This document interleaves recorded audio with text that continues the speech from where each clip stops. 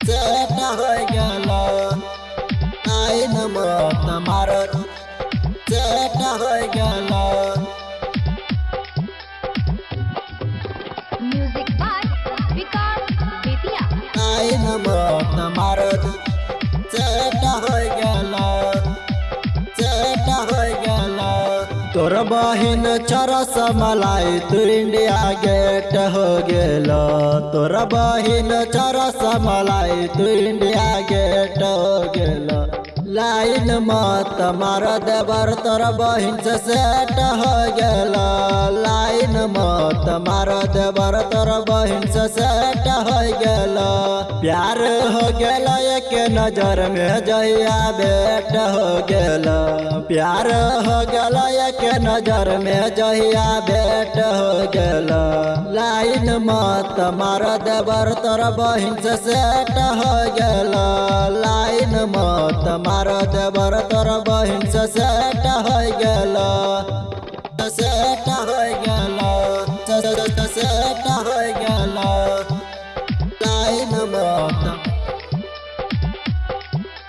line मत मार देवर तोर बहिन से सेट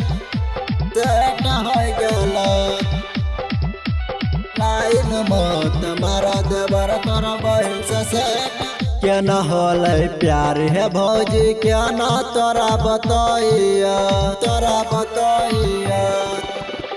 तोरा बहिन के रहते भौजी क्या न तोरा सटाइया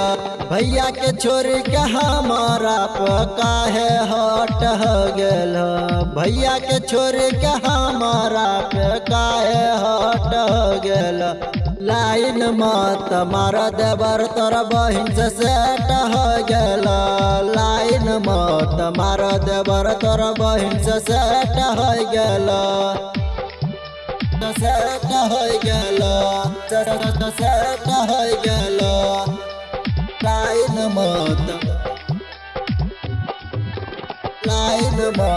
मार देवर तोर बहिन से सेट हो गेला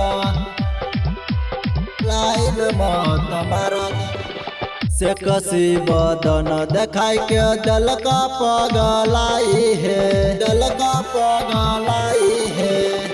एना नहीं परेशान कर द हमारा भुलाई है कह पवन मनीष तोरा लेट हो गेला कह पवन मनीष तोरा लेट हो गेला लाइन मत मार देवर तोर बहिन से सेट हो गेला